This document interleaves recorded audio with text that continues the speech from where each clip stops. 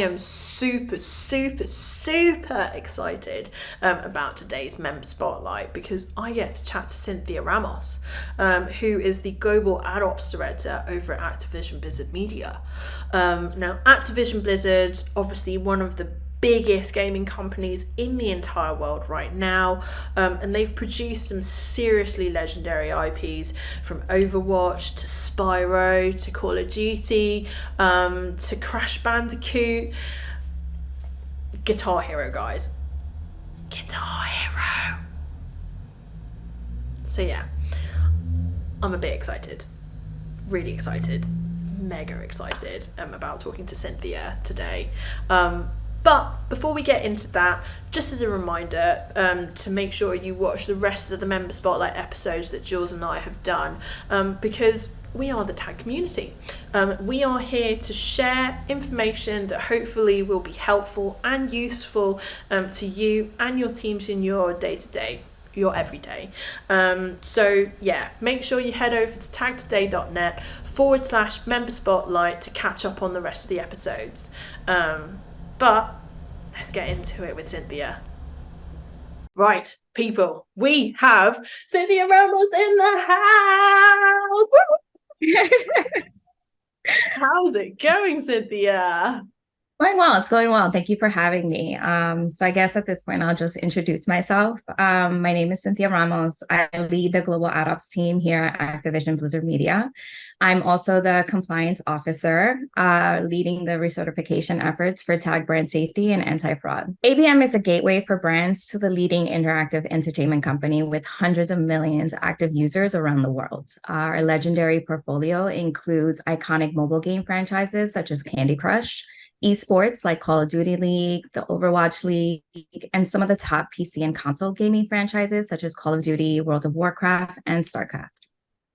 Amazing. Some of the most beloved titles in the entire world, especially Overwatch. I absolutely love the animation in Overwatch, and my husband's a huge fan too. So I personally am super excited to interview you and chat to you about all things ABM. But kind of let's talk a little bit kind of about the environments. You've named so many amazing titles: Call of Duty, Overwatch, World of Warcraft, and I would, to a certain extent, consider those as premium environments. And as well as those kind of environments, I'm also thinking about like the types of platforms they're also, gamers are also able to play them on, right? So, and usually when people think about premium environments and premium titles and premium sort of platforms, it's usually PC, console, and then mobile in that sort of order. Can you talk a little bit about the expanse of the mobile gaming market and like what the opportunities are, and why it's such a significant player now within that in-game advertising space? Yeah, sure. So the mobile gaming market has experienced exponential growth and has become a significant player in the gaming industry due to its accessibility and reach, right? Everybody has a smartphone, basically. Today, there are about 2.7 billion mobile gamers worldwide, accounting for more players than PC and console combined. So that presents a massive opportunity for advertisers. Mobile gaming also provides an opportunity to tap in whenever, wherever, right?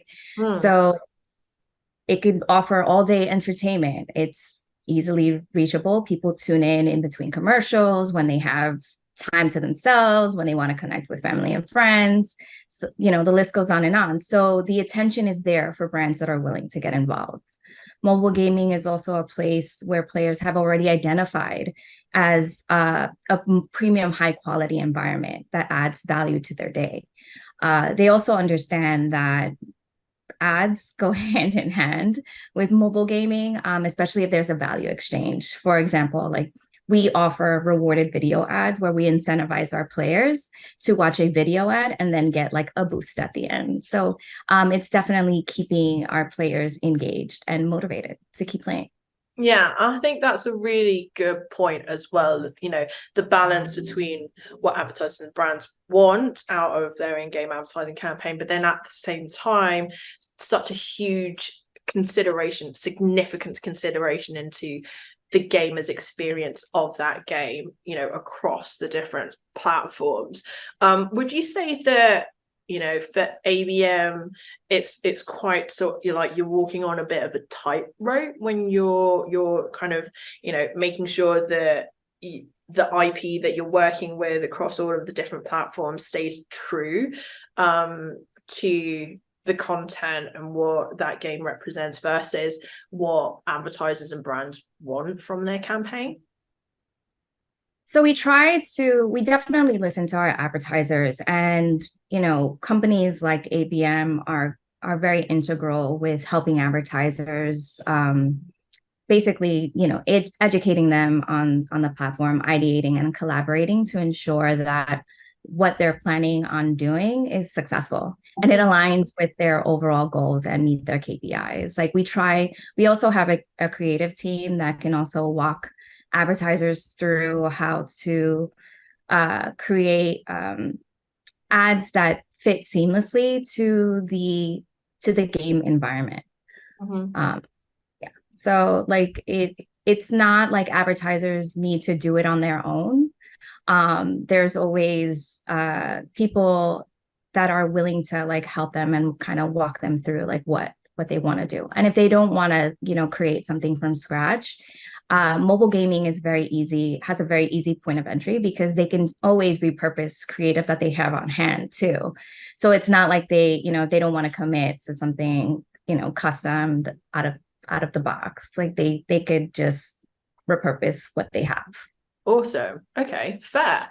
And staying on that kind of vein around advertisers, marketers, and brands, I think it's fair to say that they're a lot more aware of the opportunities as well as the pitfalls when it comes to in-game advertising, you know, and thinking about it a little bit, you know, from a more granular perspective. So whether if it's thinking about gaming advertising from a genre point of view, platforms, reach, and not just be attracted to sort of like the blockbuster AAA titles, the ones that are, you know, being plastered all over media, and that they really need to dive in a little deeper around the MAUs and DAUs and a little bit more around that gaming audience that particular title attracts, and whether if it is, you know, the type of audience that they want to reach.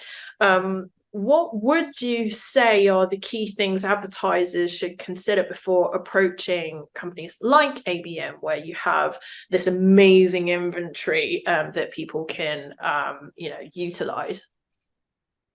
I think ultimately they need to figure out what makes sense for their specific brand, right? What's the suitable place for their brand message? And thinking of it strategically. And also, if they have any questions, leveraging companies like us, you know, where we can give them the information that they're asking for, give them ideas as to like, you know, what have we run in the past? What does it look like? What are the performance metrics? Just so they have some sort of idea of what they can expect. Again, we don't guarantee it's, you know, advertising isn't one size fit all, right? So we need to make sure that we're tailoring their execution that aligns with their KPIs and overall goals. Okay. I mean, your career is basically ad ops in various different channels and forms. What would you say is kind of the most interesting thing that or a key takeaway from gaming advertising compared to all of the other platforms and channels that you've been involved with that advertisers and marketers should know about? Gaming offers advertisers the ability to reach a really engaged and interactive audience. Again, because of that accessibility, like it's right there. So if they have a message and they want to reach a specific audience, then why not advertise within a gaming platform? And again, it's a platform where users kind of expect ads. and especially the high quality ads, because they're already engaging. So they're expecting to engage with the ads and get an exchange out of it. So it's almost like it's a win-win. It's a win for the advertiser. It's a win for the user. Turning the conversation a little bit towards ABM's certification that you have achieved from TAG so far, you guys have achieved both brand safety certified and certified against fraud, which is absolutely amazing. What was it about those particular programs and standards that became a priority for ABM to achieve? Well, for ABM, it became a priority because we wanted to be in the forefront of making sure that advertisers saw ABM as a safe place to advertise. We also believe in overarching governance within the industry and see TAG as an impartial ambassador for such standards. We believe that it's important alongside with our industry peers to continue to hold ourselves accountable. ABM aims to provide advertisers a secure and controlled advertising environment that aligns with their brands and values. So we want advertisers to see ABM as a place where they can advertise, they can engage with our users, but also they don't have to worry about fraud or brand safety. What was it about specifically around brand safety certified and certified against fraud that you guys wanted to achieve those standards first right now? Aside from the fact that we got inquiries from our top advertisers, I think it was just something that we knew that the industry was changing, right? So we understood that the industry was moving to a more secure and transparent space. And we wanted to make sure that ABM was in the forefront of that. So, and we wanted to make sure that we were providing our advertisers exactly with what they wanted, which is a safe and secure environment. And how you kind of mentioned that you had some clients inquiring about the TAG certification. How would you be able to give us like a ballpark figure of how high on that priority list from the conversations that you've had with your clients is TAG certification or having some level of TAG certification? It is a very big priority for us. Like I said, I lead the initiative, and it's something that we're always having conversations about and making sure that when that time comes for recertification, we're getting everything in place. So, we don't lose that, because that's something that advertisers, they come to understand that we have it. And if we lose it, it would be a detriment to the business, honestly. And I think it's also really great that you guys are helping us with the gaming sub-working group as well for anti-fraud that's been going on for a couple of months, and we're doing more and more within the gaming space and the gaming environment too. So thank you so much for your help so far with that. Penultimate question I have for you: what advice would you give to any sort of like TAG member or prospective TAG member about gaining certification or best leveraging TAG or becoming part of the TAG community? Let's see. My advice to members or prospective members would be to familiarize yourself with the requirements and guidelines set by TAG to ensure compliance and to maximize the benefits of membership. I would also suggest that you implement the TAG standards and best practices, as this will help members establish and maintain a high level of transparency, integrity, and accountability in their advertising practices. Implementing these standards within your organization demonstrates that you're committed to a trustworthy and ethical advertising ecosystem. I would also highly recommend networking and collaborating with other TAG members, whether that's talking to them directly, attending industry events, or even participating in groups or committees. Collaborating with like-minded industry professionals helps you gain insights. It helps you share experiences, and you guys can collectively work towards overall improving the integrity of the digital advertising space. Let's see what else. Lastly, I would recommend staying informed. TAG does a really good job of regularly publishing reports, research, updates related to fraud, brand safety, and transparency in the advertising industry. So staying informed about the latest trends, emerging threats, and best practices through TAG's resources will help make informed decisions and adapt your strategies to addressing evolving challenges in the industry. Awesome. Thank you for that. That was awesome. Right, so we are at the last part of this interview, the TAG's 10 questions. You guys must know what TAG 10 questions are by now, but if you don't, it's basically 10 questions just to inject a little bit of fun, and might get out of control. We never know. Are you ready to find out? Yeah? I'm ready. Let's do it. Okay, first question. What's your 5 must-have in your suitcase when you're traveling? That's easy. My skincare, my travel pillow. So no judgment, but I travel with my own pillowcases. Fair. No judgment. So that's 3. I definitely have my iPad, which I read on my iPad. It's too bulky to travel with actual books. And let's see, I guess my AirPods. I don't go anywhere without them. Fair. Good. Great 5 items. Can't even argue with that.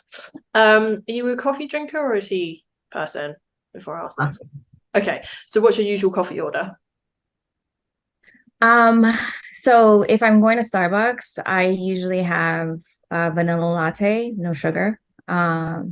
And I have half and half, but I recently earlier this year, I invested in a coffee machine, which has been amazing. And basically what preempted the purchase was I got my year-end summary from Starbucks, and I literally spent almost $2,000 at Starbucks in 2022. So I was like, I should just buy a machine, and I did. So like every morning my order is a double Americano. Okay, fair. I mean, 2 things there. 1, they should be giving out shares to you if you're able to spend $2,000. To be fair, it wasn't just me. Like my husband likes Starbucks as well. And then I have 2 daughters, and it's always like cake pop here, croissant there. Okay. All right. That's a little bit fair. But I think they probably should give you shares at this point. And $2,000 on coffee, is that bad? I don't know if it's bad. I don't know. I think that sounds about right for a family of 4 having coffee. Yeah, well, it's actually just 2 adults and kids eating pops and cookies and baked goods. Fine. But yeah. No shade whatsoever. No shade. What's the funniest pet name you've ever heard?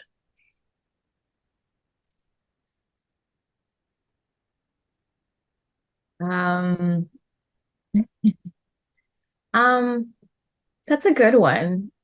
So when I got my dog CJ, it was a Pomeranian. I got him through a breeder, and like he came from a champion dog line. Yeah. And I think his name was like, it was something weird. It was like Sir Huffington Redbone the Third or something like that. And I was just like, yeah, CJ's good. I mean, they sounded like the breeder put a lot of thought into that name.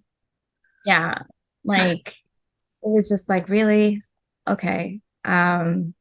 Yeah, he passed in 2018, but I still have like his paperwork tucked away somewhere where his birth certificate says that. Oh, I'm so sorry. Yeah, it was definitely heartbreaking, but he made it to 18, so I can't complain. Oh my God, that's amazing. I just recently saw a piece of news, maybe about 3-4 months ago, that there's a Labrador who's celebrating his 31st birthday.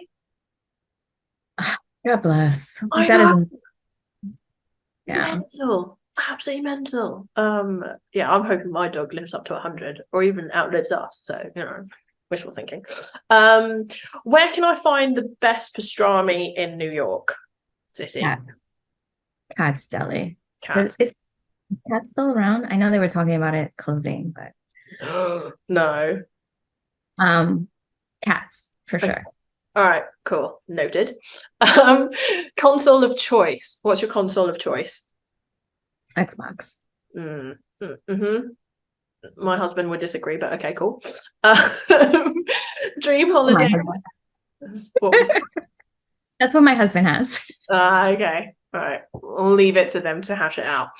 Yeah. Dream holiday destination. Bora Bora. Nice. Like that.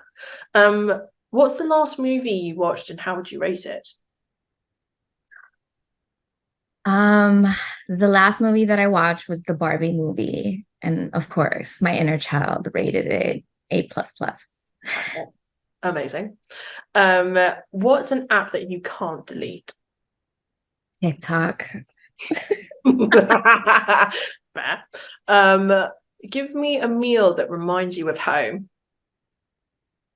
Oh, it would be the Spanish rice, and I'm Puerto Rican, so it's arroz con gandules and pernil, which is basically like a roasted pork with rice and pigeon peas. Yum. Recipe, please. And lastly, what is the guilty pleasure tune? My guilty pleasure tune? I have so many. I think I always go back to Beyonce's Who Runs the World. Like that will always be in my playlist. It's just like, yeah, guess the shoulder's moving. Exactly. Yes. Amazing. Well, that was 10 questions, and thank you so much for your time. Hope you enjoyed that. I did, and thank you for being a great host. Anyway, right. I'll catch you super soon. Have a good one.